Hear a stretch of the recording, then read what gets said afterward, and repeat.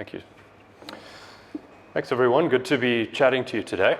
I'm going to give you a little bit of an introduction into Flowgear, tell you about what we do, where we're going with the platform, and then we have a guest who will be doing some Q&A with me shortly after. So to begin with, essentially, Flowgear is a platform that helps you connect all of the different apps and services across your business from one place. Many of the products that you're already using today may have some pre-built integrations, and certainly if that's available, that's the correct route to go. But a lot of the time, if you're trying to pick apps that are the best choice for your business, they don't necessarily integrate into the apps that you already have. And that's the gap that Flowgear seeks to solve. And it does it without requiring you to write custom software. And that's a big deal because it gets very difficult to manage those integrations when you have a large number of them in play. So it's a single platform that connects across all of the apps and services. Now, one thing that we struggle with our platform actually is just explaining the types of use cases that it can be applied to. So I put a sampling of some of the more popular examples that might resonate here. I'll just pick out some common ones. My go-to example is always an e-commerce to ERP integration where if your customer places an order in Shopify, for example, you need to integrate that order as an invoice inside ERP. You probably need to do an inventory sync in the reverse direction. You want delivery notifications, those sorts of things. You can have variations on different types of support engagements with customers, whether it's a technician that needs to record work that's being done, or a customer chat engagement where you need to record detail around that in some third-party system. We can facilitate that for you. A lot of businesses struggle with documents arriving from multiple different data sources. We can help you with AR and AP automation or integration at least. You might receive POs from your customers via email. Perhaps it comes as a spreadsheet. Perhaps it's over FTP. Perhaps it's a PDF document. All of those sources we can support. And then finally, if you would like to build an enterprise API that represents not the apps in your company, but your company itself, you can use Flowgear as a way to build that API without having to write it by hand, without it being a software project. And what we mean by that is thinking about the interactions that your customers, your partners, and your suppliers, the types that you want to be able to support, and you can actually design an API that is independent of the underlying system. So in theory, it doesn't matter which ERP is happening, which ERP you're using internally.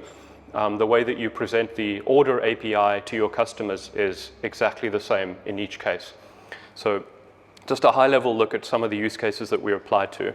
I'll get into some of the detail around the platform, but obviously a key capability that you want from an integration vendor is a good selection of connectors that are available. Today we have a few hundred different connectors.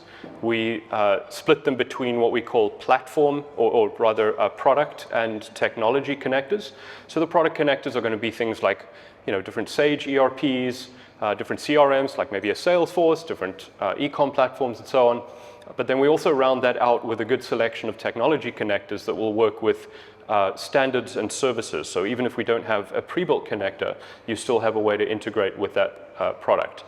For example, connecting it to databases, FTP, reading emails, and then if you have some API sources, you may have come across REST or SOAP or Graph APIs. So we have generic connectors for all of those.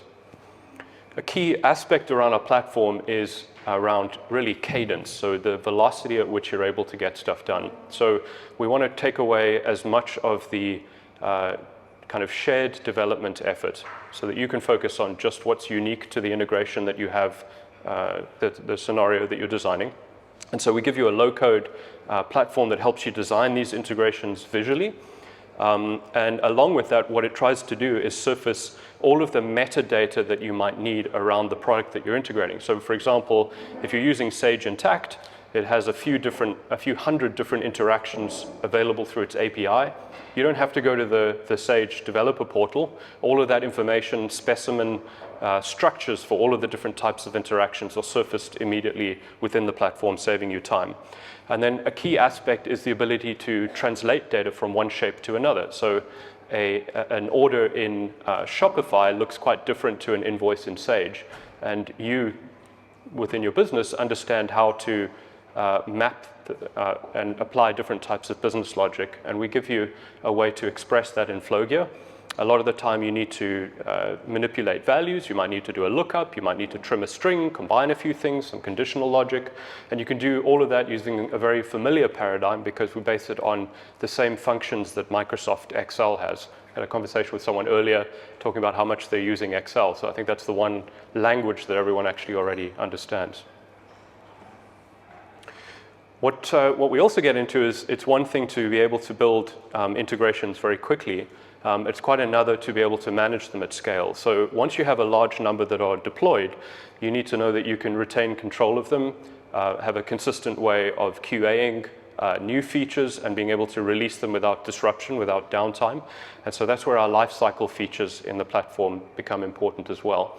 And what that means is that basically three things. You have a way to target different environments, so you can define, say, a dev test, a QA, and a prod environment. You have separate connections set up under each one, so you can safely work while you're prototyping without disrupting anything in prod. Then as you evolve the design of your integration, we record all the historical versions, so you can kind of go back in time, and you have a provenance as to how you got to where you are.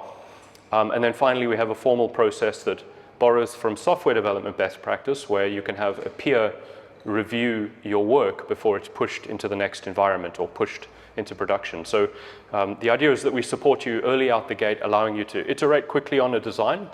And then once you have a number of solutions in play, it's very important that you can evolve them by adding features and adapting to demands like business logic changes without losing control. So I'm going to jump into some demos around the product. What we're looking at here is the list of workflows, and I have a particular one that I'll open up quickly.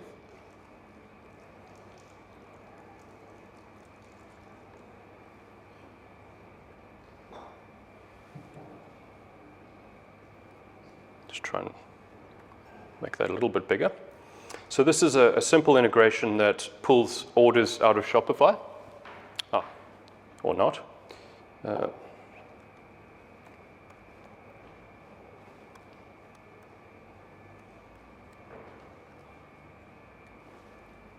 There we go. Okay.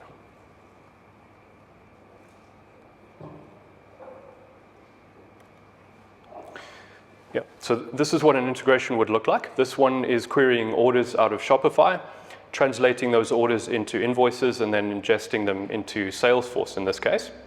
And what you'll notice is that against each one of these elements, I can drill into the samples area, and this is going to do a live query onto this data source and present me with a list of all of the data, of all of the different objects that I can interact with in Salesforce, and then all of the actions that I can take about them. So the idea is that I could just choose one of these samples. I haven't had to read any technical documentation around it, and it'll generate an example of what that document needs to look like in Salesforce. So I'm getting a tree view over here of all of the fields that are available, some specimen data, and then on the Shopify side, I see the same thing. I can run this query to get customer information, for example.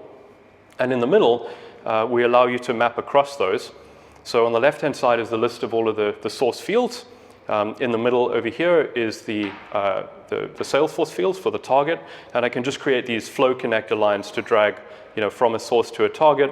And as I do that, over on the right-hand side, it's showing me how it's reshaping that data as I'm making those changes. So it's kind of a very tight feedback cycle. And that's something that's very important with integrations, because you often can't tell, for example, exactly which fields are required until you try something and then it explains to you that you're going to need a bin because you use this warehouse, for example. So the idea that you can iterate very quickly is quite an important concept for us.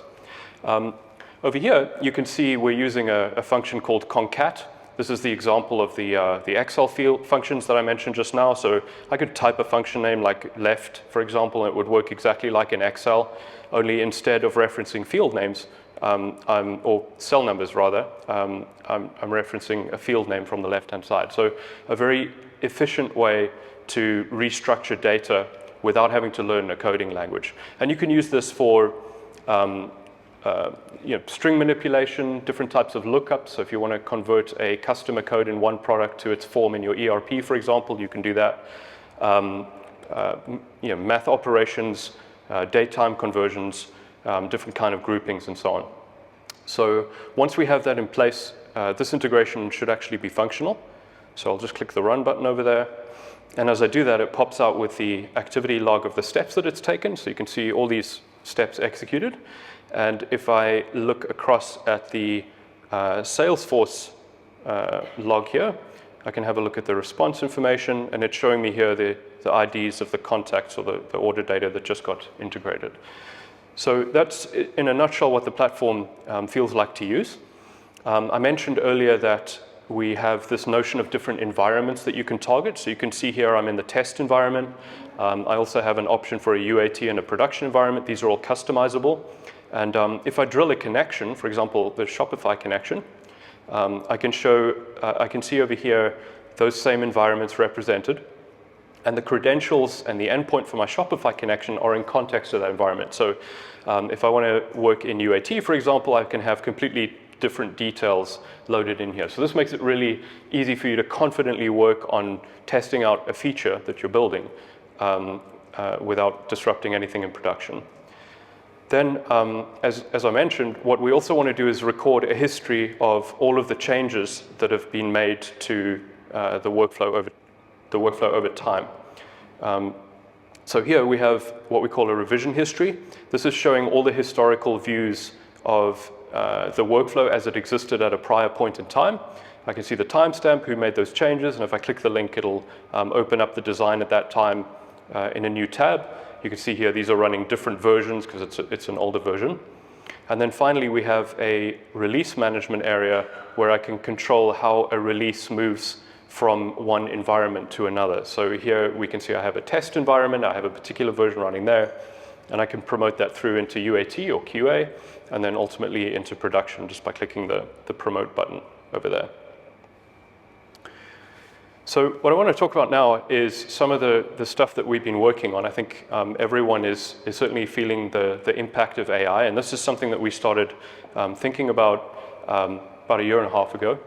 And I think there's particularly two use cases in Flowgear that we're looking to unlock. And our thesis really is that, you know, we've seen the mega vendors integrate LLMs with unstructured data. So for example, if you're a Microsoft customer and you're using OneDrive, you can use Copilot to interact with data that's sitting in OneDrive, and it does a pretty good job with it.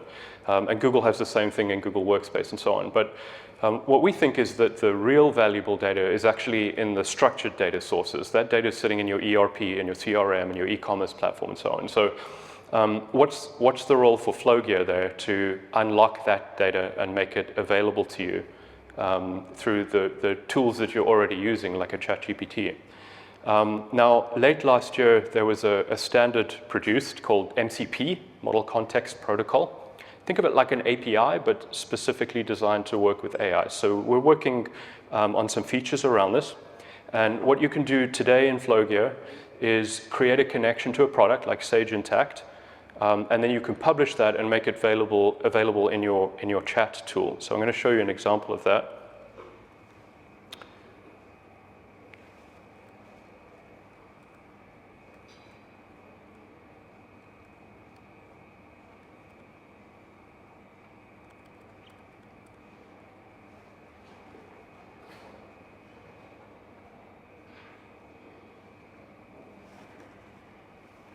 Switch over again.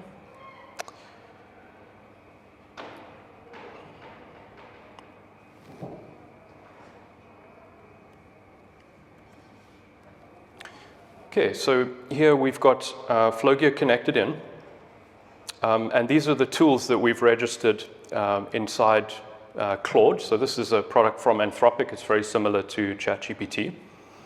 And what we've equipped it with is the ability not just to run specific APIs or specific calls, but actually to discover stuff.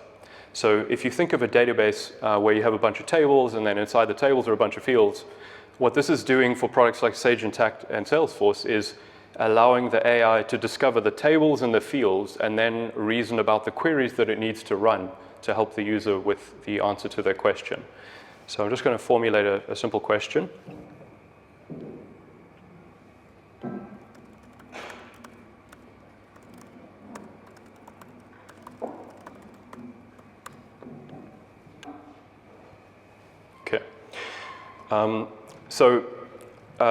To be clear, this is just a normal chat. The only thing that has been done here is that we've turned these tools on. So it's completely Claude's decision around which tools it's choosing to invoke. I have been quite clear in my instruction because I told it I'm asking about Sage Intacct specifically. And these little blocks that you see here are where it's interacting with our tool. And you can see, to begin with, it knows the questions about Sage Intacct. It knows there's some tools for Sage Intacct, but it doesn't know what tables are available. And so that's what this first query is. So it's running a query behind the scenes to discover the list of objects. And then once it's selected some of those objects, it's looking at the definitions for those objects. And it's honed in on the invoice object, which you can see over here, and identified the field that it thinks is the most likely candidate for revenue, and then run some querying around that. So here's my top 3 customers by revenue. So this is a relatively simple example, but I think it illustrates well the types of depth of query that you can get done using AI. And we've seen cases of this where we'll give it a query and it will do something that you wouldn't easily be able to do through the front end. So if you're in the front end of your product, there's obviously a certain amount of search and sort of reporting capability, but this is actually going to be almost thoughtful in terms of understanding different ways to approach the problem. And some of the more involved queries are going to take longer to work, but it's going to do that kind of grunt work that you would have had to have done manually, it'll be able to do for you. What's also interesting about this is that you can use it to connect across multiple systems. So if I'd given it a more involved query, asking it to get some information about Sage first, and then kind of pairing that, I don't know, with opportunity pipeline for those same 3 customers, it would be able to drill in and figure that out as long as there was a way it could, establish a map across those customers. So this is in its early stage. The workflow design that I showed you earlier is the way that we create these tools. So they take a request from the AI, it services that request, list objects, get the fields, run the query, and then sends the results back. And really, on the order of a few hours, we can make a connector available and kind of turn that on for your business, and it's something that you can start interacting with. The other area that we're using AI is more around helping people use the integration designer, especially for the first time. So I'm just going to set this up quickly.